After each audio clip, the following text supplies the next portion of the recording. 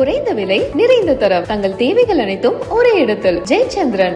முதலமைச்சர் ஸ்டாலின் சென்னை நந்தம்பாக்கம் வர்த்தக மையத்தில் வேளாண்மை உழவர் நலத்துறை சார்பில் வேளாண் வணிக திருவிழா 2025 தொடங்கி வைத்துள்ளார். அந்த காட்சிகளை பார்க்கலாம்.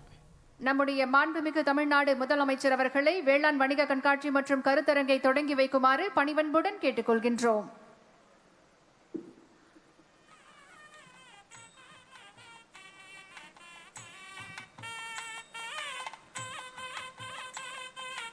வேளாண்மை உழவர் நலத்துறை சார்பில் வேளாண் வணிக கண்காட்சி மற்றும் கருத்தரங்கை தொடங்கி வைத்து சிறப்பித்திருக்கிறார்கள் நம் மாண்புமிகு தமிழ்நாடு முதலமைச்சர் அவர்கள்.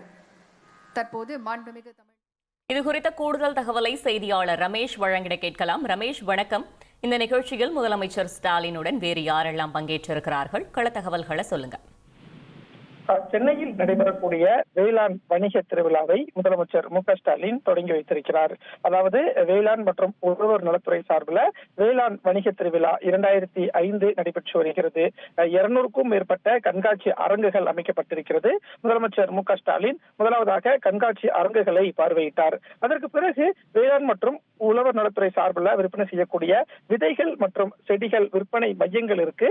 அதனையும் முதலமைச்சர் ஸ்டாலின் பார்வையிட்டதோடு இப்போது நிகழ்ச்சியையும் தொடங்கி வைத்திருக்கிறார். இந்த வேளாண் வணிக திருவிழாவில் விவசாயிகள், விஞ்ஞானிகள் கலந்துரையாடல் செய்யக்கூடிய வகையில கருத்தரங்குகளும் நடைபெற இருக்கிறது.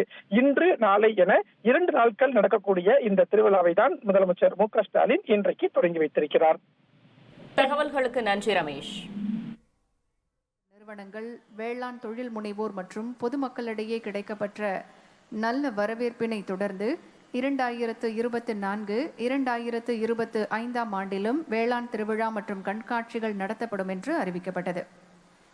மாண்புமிகு தமிழ்நாடு முதலமைச்சர் அவர்கள் பனை மரத்தின் பொருட்களை கொண்டு உருவாக்கப்படும் பல்வேறு வகையான மதிப்பு கூட்டப்பட்ட பொருட்கள் கொண்ட அரங்கை பார்வையிட்டுவிட்டு அடுத்த அரங்கிற்கு பார்வையிட சென்று கொண்டிருக்கிறார்கள். குறைந்த விலை நிறைந்த தரம் தங்கள் தேவைகள் அனைத்தும் ஒரே இடத்தில். ஜெயச்சந்திரன்.